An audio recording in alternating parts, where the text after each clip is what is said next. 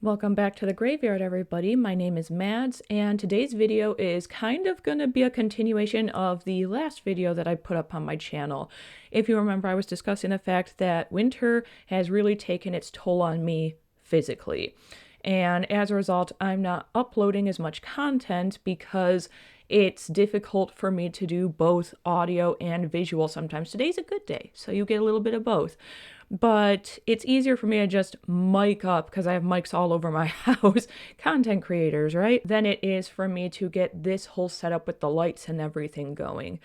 And as a result of that, I was considering making a VTuber so that on the days where I can't do a video where I'm sitting down like this and talking to the camera, I have something.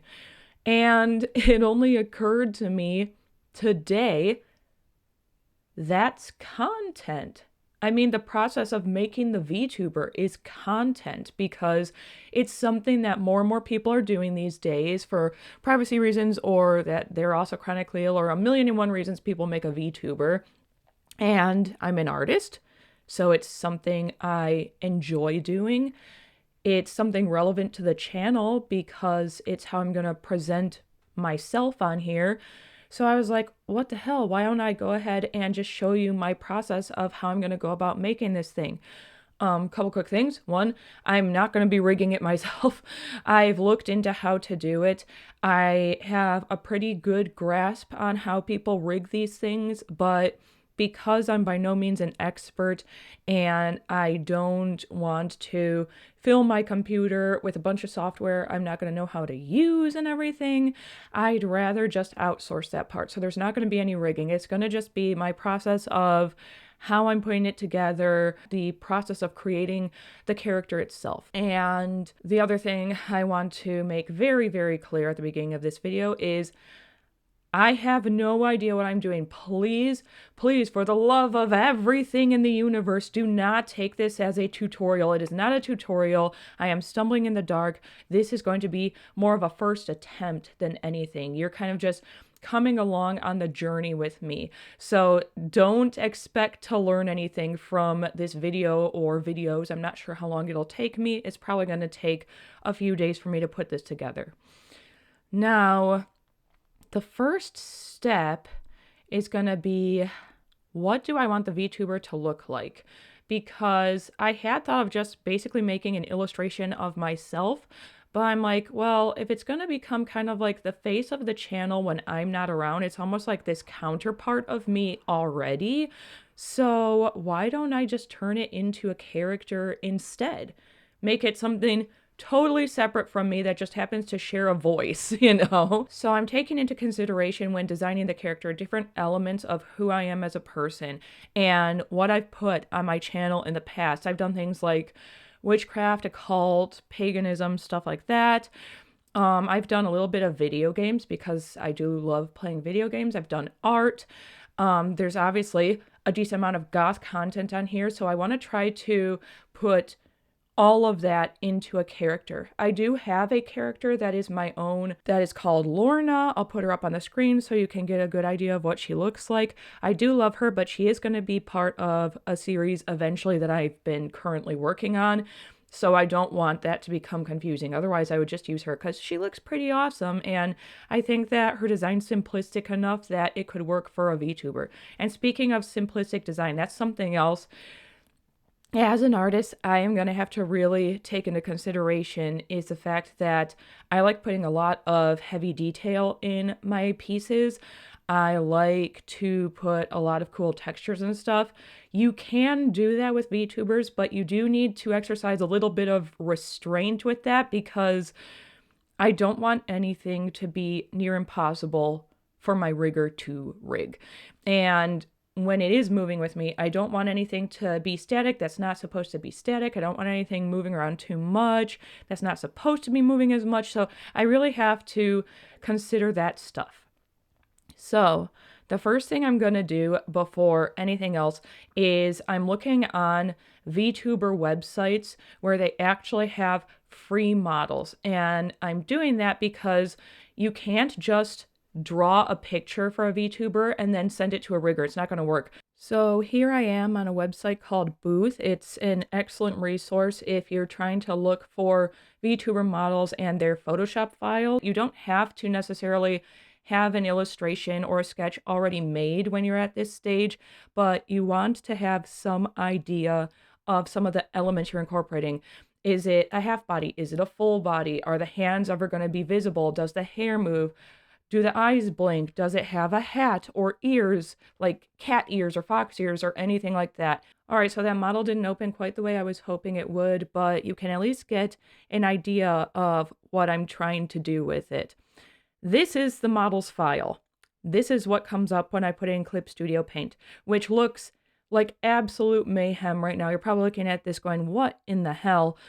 But what you have to remember is each of these individual pieces on the screen are going to move on that model. So each of them need their own individual layer that you're drawing them on. That's what I meant when I said you can't just give the rigger an illustration. It has to be cut up like this. Anything that moves needs to be its own layer for your rigging. So there's usually two different ways that you will find these Photoshop files. They're either going to be like this, where it's just a big block of every element that you can, draw over however you see fit or use them as it is.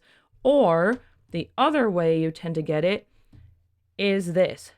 What the hell are you looking at? Well, I actually made the background green so you'd be able to see this better. Usually you would want a transparent background because any background you add is going to show up on your VTuber model. This is what I mean by everything has its own layer. So that is the hair bow of this particular VTuber character. Then there's one little piece of hair that tends to move on her. And then another piece of hair. You can't even necessarily have one layer for all of the character's hair. Any piece that is going to move individually needs to be its own. There's another and another, which means all of those all move independently.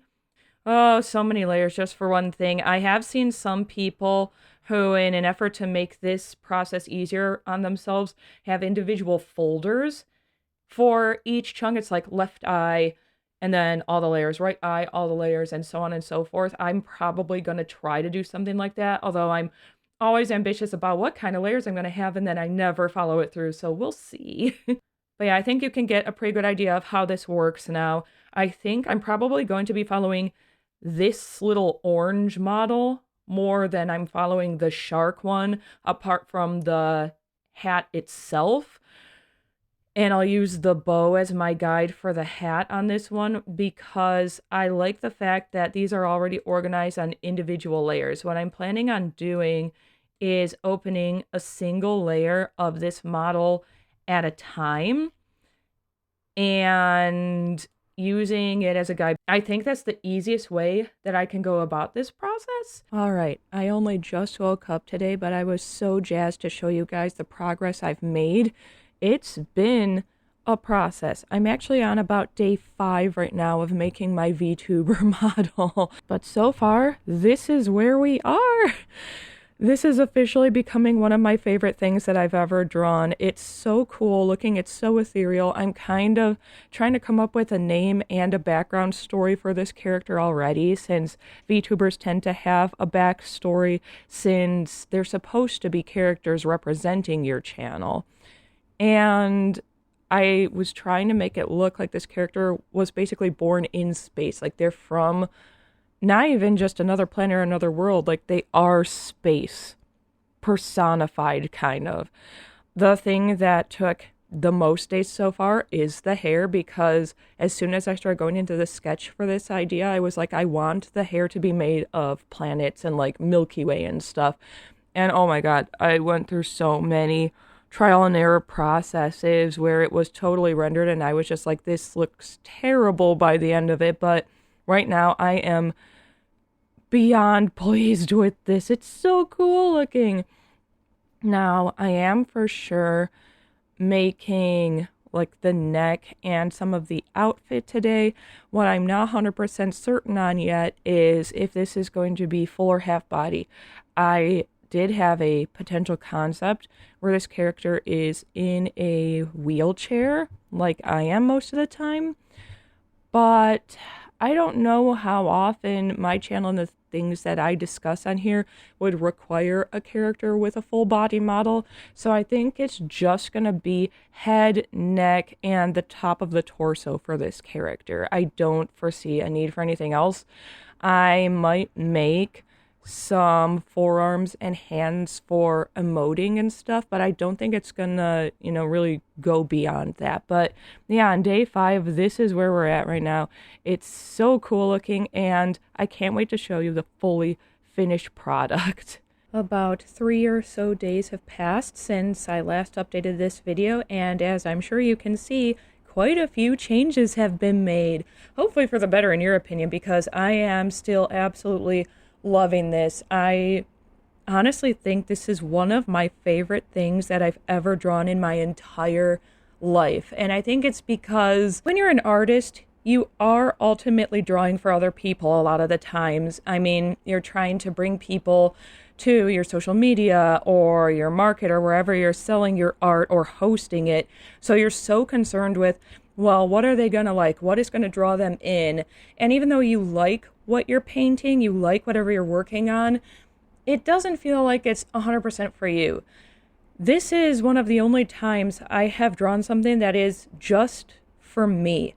Now, yes, of course, it is going to be hosted all over my social media, so other people are going to see it, but I'm not as overly concerned with how other people perceive this character. I'm concerned about whether or not it makes me happy, and it very much is. So I'm going to go over some of the changes I've made, what I'm going to add to this after this update, and moving forward, what you can expect for the rest of this video. So obviously, there's more of a body now. The first thing that you probably noticed is that the hair is now pulled back. It had been hanging over the shoulders before, and I thought it was absolutely beautiful. I love that you could see all the details of the planets and stuff that way. But as I started designing the blouse, I realized the hair was covering a ton of the detail that I spent hours and hours working on. And I'd honestly rather you be able to see that. Now, the hair is actually in 3 separate pieces. There's the left, the right, and the back. So you will still be able to see that detail when I'm using it as a VTuber and I move my head around, because the hair is going to sway back and forth then, and you'll be able to take a little bit more of it in.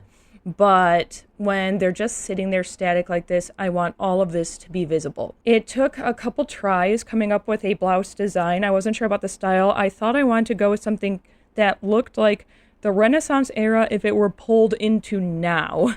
Hence the things like the armbands and the very puffy sleeves that you normally see in Renaissance and up to maybe Victorian style paintings and stuff and clothing. So that's really cool because I love history. I'm a huge history geek, for anyone who doesn't know. I don't talk about history much on my YouTube channel because it's not super relevant to a lot of the stuff I talk about, but my brain is just an endless void of information about the past because it just fascinates me. And up here, I was initially creating this really frilly, ruffly type design for the collar, but I decided against it when I turned the midsection, this kind of lavender section, into almost a built-in corset, and I started adding the detail work because the moons were getting kind of covered by the ruffle detailing and stuff. And I really like these 2 little moons. I feel like if this shirt existed outside of the confines of this painting, a lot of people in the goth subculture would buy it in varying colors. Like, make it purple, make it red, make it black. I feel like this would appeal to a lot of people's sensibilities in the goth subculture. And then I had originally had buttons in the sketch of this blouse.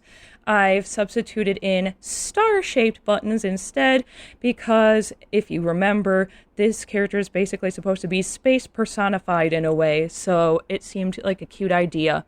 I didn't want to make the middle section of the blouse too overly busy because there's already a lot going on in the hat and in the hair, and we've already got the star buttons and the moon collar. So I was like, well, I don't want it to be plain, but I also don't want it to be so distracting that people aren't paying attention to the character's face. So instead, on the sides here, I just went for a nice white, thin zodiac type pattern instead. Then we come down and we've got a couple of the main things that helped my channel grow in the first place, which are witchcraft/pagan content and goth content. The goth content is kind of in the nails and just, I guess, the overall makeup style of this character is just more of a neutral kind of romantic goth, and I'm definitely not 100% finished with it just yet. But as you can see, this character has those nice long claw-like nails that a lot of people who are goth tend to have. It's not a requirement. Nothing in goth is a requirement. I just happen to see a lot of people wear long claw-shaped nails. And of course they have the little star details. And then they're holding a crystal ball that's supposed to almost look like there's, a galaxy held inside of it or something, so that you always wonder, what is this character holding on to in that crystal ball? How powerful are they? What all can they see? I thought about putting a logo in there or something. I think I'm going to just leave it exactly how it is for the most part and maybe just redo my channel intro with a zoom in, and then you have it fade into a logo right there. Because I actually have designed an art logo for myself, and I might start using it for all of my stuff, actually. Now, what else is to come for this character? Well, today I'm going to be working on little detail changes, fixing any mistakes that are on it, because again, I've decided this isn't just going to appear on my YouTube channel. This character is going to appear on all of my social media on any day that I can just mic up and I don't have the energy to turn on a camera. So they need to be as close to perfect as possible. So we've got little things like this eyebrow needs to be pulled back behind the hat and stuff. I know it doesn't bother a lot of people. A lot of cartoons have that kind of style where it hangs over. I don't personally like that style for myself, so I'll probably be just erasing that little piece of it so it's not sitting there anymore, or putting the hat in front of it.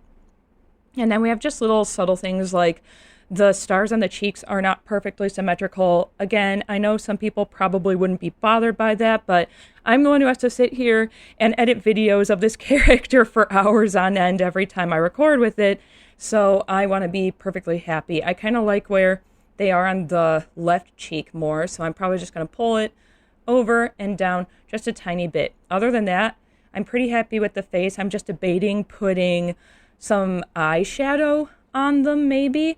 Time for another update, since this video is basically nothing but a cluster of updates. But that's okay. It's a very exciting update. As you can probably see already, a few things have changed on this model since my most recent update. Mostly, I did do some cleanup on the model as I was planning to, and I've added a few extra accessories just to make them more interesting overall. So the first thing I added was this choker with the pendant. I decided to do some nice cool black pearls on the bottom of it, as you can see, and a star pendant to go with the overall space and astrological theme. Next thing that has changed is I did clean up on the face. I decided to leave the eyebrow alone. I know I was talking originally about the fact that I usually don't like characters that have the weird floaty eyebrow over their hair or over a hat or something, but as I was considering the fact that I have put the hat on two separate layers so that the brim moves and the tip moves of it, if that part of the hat ever does move around and the eyebrow is visible underneath, then chances are a big chunk of it was just going to be missing entirely, which was going to be weird. So I decided against that. And another big thing that you probably noticed is nothing is in this character's hands anymore. Where did the crystal ball go? Well, instead of trying to make it so that the pendant itself changed, I wanted it to be something more visible. And I was like, well, the hands make more sense overall, I think. You can see what this character is holding a lot more clearly than any small details. And it's going to give me some cool creativity to switch things out each season or each time I have like a themed video or something. Oh, I do still have the crystal ball saved. I am going to be using that quite a bit, but I've also decided to do something that I've seen quite a few VTubers do that I think is really cute, which is I gave this character a pet. So what I'm going to do for a minute is leave this raw file with all the layers and stuff and go to a PNG file copy of this just so you can see what I'm talking about. So bear with, because when I show you what I'm talking about, the hands are going to kind of disappear. Obviously, that's not what the actual character model will look like in movement and stuff. It's just to show you. It's just an example. So here we have just the plain model itself with nothing. And there's the crystal ball that you're used to seeing, of course, hovering in front of the hands this time, not what it's normally going to look like. This will be like the stationary thing that they normally have when, you know, I'm just chit-chatting or something, or playing a game or something simple like that that doesn't necessarily have its own theme. And during the intros of videos, they're gonna have this little guy. This is the pet that I created for this character. Their name is Bunchy, and they are a cosmic owl cat. The body is based off of my own little tabby cat that I love so much. He's my best friend in the world. Couldn't imagine living without him. And the owl part is because owls are my favorite animal on the planet. Doesn't even matter what species of owl. I love them all. Of course, the galaxy theming fits in with the rest of this character.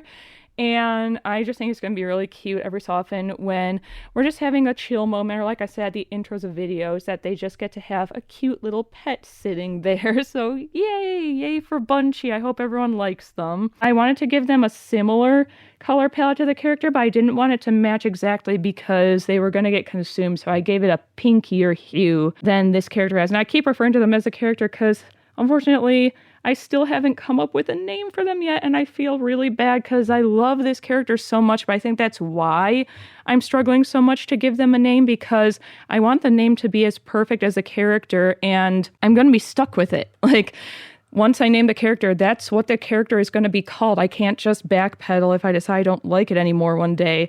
So I'm probably overthinking it a little bit. But yeah, basically with the couple assets I have so far and what it looks like right now, I am 100% satisfied with how this character looks.